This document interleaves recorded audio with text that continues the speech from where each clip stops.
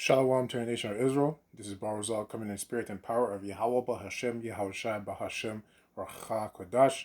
Double honors to the apostles of Great Millstone and to the hopeful elect pushers word and truth necessary across the four corners of the earth. This is going to be a quick one. It's going to be titled, A Worldly Man is an Emotional Man. Right?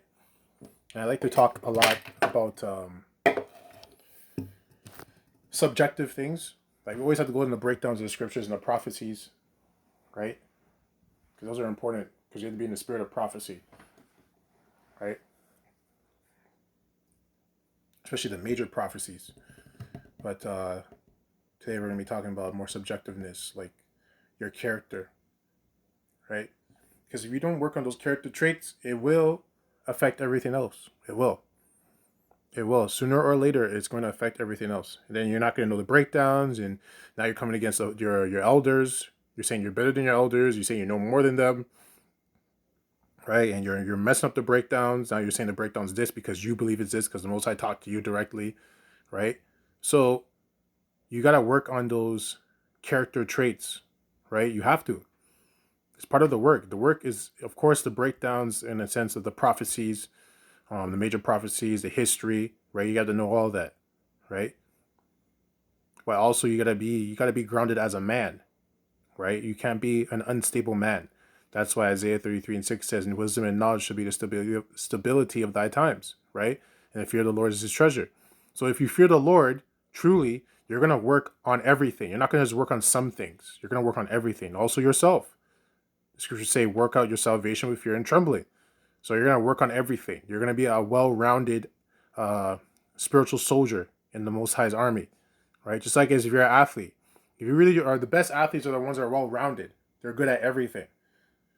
Might not be an expert at everything, but they're good at everything because they're well-rounded. They're balanced, right? Like LeBron, for example. I'm not really the biggest fan of LeBron because of his personality, but him as a player, he's well-rounded. He can shoot threes. He can go into posts. He can play all positions. That's my point. You got to be able to play all positions. So therefore, his skills that he has are all balanced for him to play all positions, right? Same thing in the truth. Right? You have to be working on all character traits, all positions, or work on all your weaknesses so you can be well grounded and well balanced. Right? So James 1 and let's go James 1 and 8. It says, a double-minded man is unstable in all his ways. So I just quoted Isaiah 33:6, which says, wisdom and knowledge should be the stability of thy time. So if you're double-minded, you don't have wisdom and knowledge, right? And if you're double-minded, you're not going to be stable. You're going to be unstable. And if you're double-minded, you don't truly fear the Lord. Because if you fear the Lord, you would have been working on these things. Does it mean that you're done because now you're being double-minded? No. It means, okay, this is an indicator that I need to work on these things. So let me work on this stuff. Right? Because I can't be double-minded. Because if I'm double-minded, I'm going to be unstable in all my ways. Right? That's what it says. And a man that fears the Lord is going to work on those things. A man that fears the Lord is going to have wisdom and knowledge, which is going to make him stable. So, James 4 and 8. Draw nigh to Yahweh, and he will draw nigh to you. Right? Cleanse your hands, ye sinners, and purify your minds, ye double-minded. So the closer you get to Yahweh B'Shem Yahushai, right? The closer he gets to you. Right? And how do you get closer to Yahweh B'Shem Yahushai? By being obedient. Right? Following and applying the law, statute, commandments to the best of your ability through obedience. So through obedience, you get closer to Yahweh Shai because now you're being purified. Because to do the law, statute, commandments, in the process of doing those things to the best of your ability, you're going to purify yourself. You're going to be purified. So the more purified you get, the closer you're going to get to Yahweh Shai, and the closer he's going to get to you. Right? Well, if you're being disobedient, you're not going to work on those things. You're not going to get close to Yahweh Shai. You're not going to follow the law, statute, commandments to the best of your abilities. Right? And all the laws, like even a law or commandment is to not be hanging out with another man's woman, right? Not to be talking, getting in conversations, drinking at the wine, not to be lusting at another man's woman. That's a commandment. But if you're being disobedient in that, what do you think you're doing? You're actually drawing further away or you're moving further away from Yahweh Shai. You're not getting closer, right? These are simple things, but those things will get you farther away from Yahweh Shai, which will make you more dirty in a sense spiritually. But you're trying to clean yourself, right? We're all trying to clean ourselves, and nobody's perfect. But the way to get clean is by being obedient in everything that you can possibly be obedient in to the best of your ability, right? Because if you're aware of certain things that you should be doing, that you're capable of doing, then you should be doing it. And if you don't do it, you're making yourself more dirty. And if you make yourself more dirty spiritually, I'm saying, right? If you make yourself dirty spiritually, the Most High is going to move. Is going to remove, or He's going to move further away from you, right? Because He knows your mind. Remember, He knows your mind, so He knows what you're aware of doing, and He knows what you're capable of doing, and you know it too, right? Remember, He's balanced. He knows what you're capable of doing, and He knows what you're aware of what you're capable of doing. So if you're not doing those things, what do you think He's going to do? Right? You think He's going to get closer to you, or He's going to get further away from you? It's very simple. Right? It says, ye double-minded. Okay? So double-minded people are not getting close to Yahweh Shai. They're not cleaning their hands. They're not purifying their minds. They're doing the opposite of those things. That's what a double-minded person is doing. And the Most High, He also says, Yahweh Shai says about lukewarm, because being lukewarm is double-minded. You're in the middle. He's like, I kind of want to do this, but I kind of don't. That's being double-minded. Someone that's on the fence, someone who's lukewarm, someone who's double-minded. It's all the same thing. And when somebody talks about being lukewarm, what he does with you, he spits you out of his mouth. He'd rather you be cold than being double-minded, right? He'd rather you be cold than being lukewarm, right? It's either you're cold or you're hot. That's what it's, yay or nay. He doesn't like the in-between, like, maybe, or kind of, I'm not really sure. Like, he doesn't like that shit, right? And no man likes a woman who's acting like that too, who's not 100% with him. He's kind of on the fence, like, I don't really know. I need to see more. Get the fuck out of here. Get the fuck out of here. I don't need this shit. Why are you gonna bring a woman along with you, or help a woman that's being double-minded, that's being lukewarm, right? That she doesn't want to commit 100%. And that's basically what you're doing. It's a form of not committing 100%. Because why are you being double-minded? So you're second guessing. But why are you second guessing? Because you're not being obedient. Right? And part of being obedient is being patient. And no one wants to suffer. That's why they always, I don't really know if I should be doing this. I'll try it this way. Right? So they're going back and forth. Doing that back and forth shit like a ping pong. You know? So let's go 1 Kings. Try to make this as quick and short as possible. 1 Kings 8 and 21. 1 Kings 8 and 21. No, that's not the one I want. Actually, you know what? Let's jump here. Isaiah 29.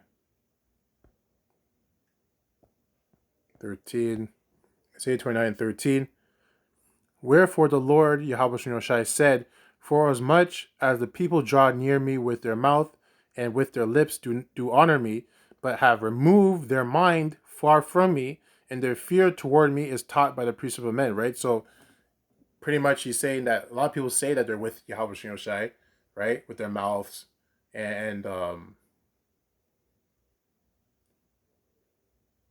pretty much with their mouths. They can't even say with their actions, but just their mouth to say all these things like, I believe in Yahweh Shai, but then you see by their actions that they don't, right? You see that they don't. So they're being double-minded. They're saying one thing, but then they're doing another thing. No one wants anyone like that around them, man or woman. No one wants that. No one wants a friend that's like that, or you don't want a friend that's moving like that, and you don't want a woman that's moving like that. You will tolerate it for a certain degree and for a certain period of time. You try to help the individual, but eventually you're gonna have enough. You're like, I don't want this, because you know what? You're gonna start catching yourself doing that shit, because that shit spreads. It spreads. It's a vibration, right? It spreads. So eventually you're gonna have to cut that person off. You know, because they're not helping you with anything. You're trying to help them. They don't want to get the help. They don't want to listen. You know, then you gotta keep it moving, right? Just like Yahweh Shai said, I'll spit thee out of your mouth when you're being lukewarm. But you have to have mercy, right? But there's a certain tolerant or certain line where, it's kind of like, okay, I had enough of this, right? It gets to a point where you can see that it's very clear that this person doesn't want to change, or they don't have the capability of changing, right? Then you got to keep it moving. So don't be double minded. Don't be double minded. Don't be right. And that also makes people emotional. People who are emotional are very double minded. People who are emotional are very lukewarm. They can't commit to anything. They always try to find an easier way to do something instead of taking the way that's in front of them. They try to find another way because the way that's in front of them, the right way, is the hard way, and the hard way hurts. The hard way you have to suffer. The hard way you got to be patient. And people that are double minded don't like to take that way, so they try to find an easier way. Oh, let me try a shortcut. Right? They're gonna try to find a shortcut. Right? The scriptures talks about the straight gate. Right? Narrow is the way. Right? So it's narrow. It's a narrow path. It's not an easy path. If you're always trying to find a fucking shortcut for every fucking situation you're in, I'm telling you, you're gonna have a harder time. Because you're gonna move actually slower. Even though you think you're moving faster, you're moving slower because you're gonna have to come back to where you first started, and realize eventually, however long it takes you, you're gonna have to realize that you can only take the straight path, the hard path. That's the only way you can go to get to what you want. It's the only way. Everything else is just a cognitive dissonance, cognitive dissonance, right? Or in a disillusion that you're in. You're lying and playing yourself. Because at the end of the day, you might think you're making progress, but you're making no progress. You're actually taking 10, you think you're making like 20 steps forward, but you're really taking 100 steps back. Just because you didn't want to be patient, you didn't want to suffer, right? You didn't want to wait. So then you become double-minded. You're saying this and then you're saying that. So it all leads to the same thing, right? So that's why, and then think what will happen if someone that's thinking like this, what's going to happen with you and your breakdowns? You think you're going to be on point with your breakdowns all the time? No, eventually you're going to start to be slipping there because you're double-minded, right? You're emotional, right? So the Lord doesn't like that. So eventually he'll start to take things away. So you don't want that to happen. I'm assuming nobody wants it to happen, you know? I don't know why you'd want that to happen. So Hosea 10:2, that's why the scriptures say, examine yourself, right? You gotta examine yourself. And I see those things being overlooked. Like no one really cares to do those things. They just want to know all the breakdowns and okay, I know the breakdowns, so I'm good. I don't have to do any other work. I just gotta know the breakdowns. No, you gotta work on everything. You gotta work on everything. Hosea 10:2, and that might be a longer road, but that longer road or slower road is the right way to go because eventually, when you finally get to your destination, you're gonna be grounded. You're gonna be balanced. You're not gonna be unbalanced. You're not gonna be good at this one thing, but then weaken all these other fucking things because you decided to take shortcuts, because you didn't want to wait, because you're impatient, right? And because of that, now you're an emotional individual that can't control their emotions. You're always spazzing out all the fucking time. Acting weird around brothers, right? Acting weird around your women, acting weird around people. You just act emotional all the fucking time. You can't control your emotions because you took shortcuts, right? And that's an example of like someone who takes steroids over someone who actually takes the time to lift in the gym over years and someone who takes steroids, a shortcut. The person who takes steroids, what do you get with that? Roid rage. You're spazzing all the fucking time. You don't actually know how to lift because you took shortcuts. You might have some muscle, but you don't know how to lift properly. And what happens to the person who takes steroids? It always leads to some type of injury down the road. There's always negative side effects when you take shortcuts in life. That's just a general rule. And you see it everywhere, even in nature. You see it everywhere. Taking shortcuts is always some negative side effect, right? Because it's not balanced. No one wants to take the long road. No one wants to take the hard road. They want to take all these shortcuts and all these fast, quick shortcuts to get to wherever they want to go. And then they're going to have to realize they're going to have to come back. Because like getting an injury, now getting an injury, you're like 50 steps or 100 steps backwards because now you got to recover from that injury. So now you're not out of the gym for a longer period of time. Over you just taking the longer way or harder way with no injuries and you keep everything. Right? So that's just an example or a metaphor. Hosea 10:2. Their heart is divided, or I should say their mind is divided.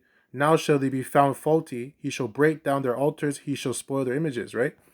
And he's doing that because their mind is divided. They're saying that they believe in the Most High, but then they're worshiping these all the other idols, right? It's being double-minded, right? And they're probably very emotional individuals because a double-minded person is not going to be a stable person with their emotions. They're going to be unstable with their emotions, so they're going to be emotional. I couldn't imagine someone who's double-minded who's stable with their emotions. That doesn't even make any sense. How does that work? So Matthew 6 and 22 is the last one. Matthew 6 and 22. I believe this is the right one. Yeah, Matthew 6 and 22. The light of the body is the eye. If therefore thine eye be single, right? So single is referring to being single, being stable, being on one thing, right? If you say your yea is yea and your nay is nay, right? Not your yea is nay and your nay is yea. No. So single, you say yes, and yes means yes, and you do based off that what you said. If you go right, if you say you're gonna go right, then you go right. You know? That's what it means by being single. Focused. If therefore thine eye be single, thy whole body shall be full of light. Right? So that's how you get the truth. That's how you get the knowledge and understanding, because you're not being double-minded. Your eye's not double. It's single. Right? So then we're going to jump to 24. No man can serve two masters, for either he will hate the one and love the other, or else he will hold to the one and despise the other. You cannot serve Yahweh and Mammon. And you know what? At the end of the day, you being double-minded is you just fighting between, it's either you serving Yahweh Shem Yashai, or you serving Satan. That's the battle that you're going through. That's the battle that you're really considering, right? When you're being double-minded, when you're being lukewarm, when you're being those things, you're just kind of like, because it's either you're being obedient to Yahweh Shem Yashai, or you're being obedient to Satan. And then the people that are being double-minded are trying to be obedient to both, which is why it's double-minded, which is why the Most High doesn't like that, right? Imagine having a woman who's trying to be obedient to you, but then she's trying to be obedient to her ex. She's still talking to her ex, still hanging out with her ex, but then she's dealing with you. What do you think you are gonna do as a man? Eventually, you're gonna rebuke her here and there, once, twice, 3 times, whatever, to whatever your limit is, and then eventually, if it's not changing, you're gonna cut her off because you're not gonna be an option, right? And a woman like that is very emotional, just like a man that's like that is very emotional. So that's the point. Just make a quick video on that, because I see that way too much, and you got to understand, like, that's not a good thing, right? Well, nobody's perfect. Nobody's perfect. You're coming to the truth. If you have those problems, I'm telling you, it's not a good thing, but you can correct it. It can be corrected. Okay? But you don't want to stay like that. Because everything is a system. Our body is a system. It's an ecosystem. You can even say that. Everything connects together. So eventually, sooner or later, if you're not working on those character traits, those negative character traits you have, it's going to spread into everything else. It will, whether you like it or not. And that's when brothers fall out. They start acting crazy, saying F the apostles and all this crazy shit, saying that they know the breakdowns better than the apostles, know the breakdowns actually this. And they start saying that they're these guys, they're saying that they're Paul and all this shit, right? It's because they weren't dealing with this stuff. They weren't examining themselves. They weren't checking themselves. They weren't working on the roots, the milk, right? Because the milk is obviously the breakdowns, but it's also this character traits. And as you grow, you build on top of those things, all those things. You just keep building on top of it. It's not just one side you build up on top of it. You build on all of it. That might be a little bit longer road, but it's a stable road, right? And it's an efficient road, and it's a smarter road. It requires a little bit more work, but you're going to be grounded. You're going to be stable. You're not going to be emotional all the fucking time, right? You're going to be very very controlled, very self-controlled, very disciplined, very patient. Those are the traits you want to have, because that's what the elect have. Okay? Anyways, that's it on that. I'd like to close out by saying, Kal Halal Yahweh, Bahashem Yahweh Shai, Bahashem Rachak Quadash. Double honors to the apostles, great millstone, and to the hopeful elect, which is word and truth and sincerity across the four corners of the earth. Abad Babal. Kwame Sharala, and Shalom.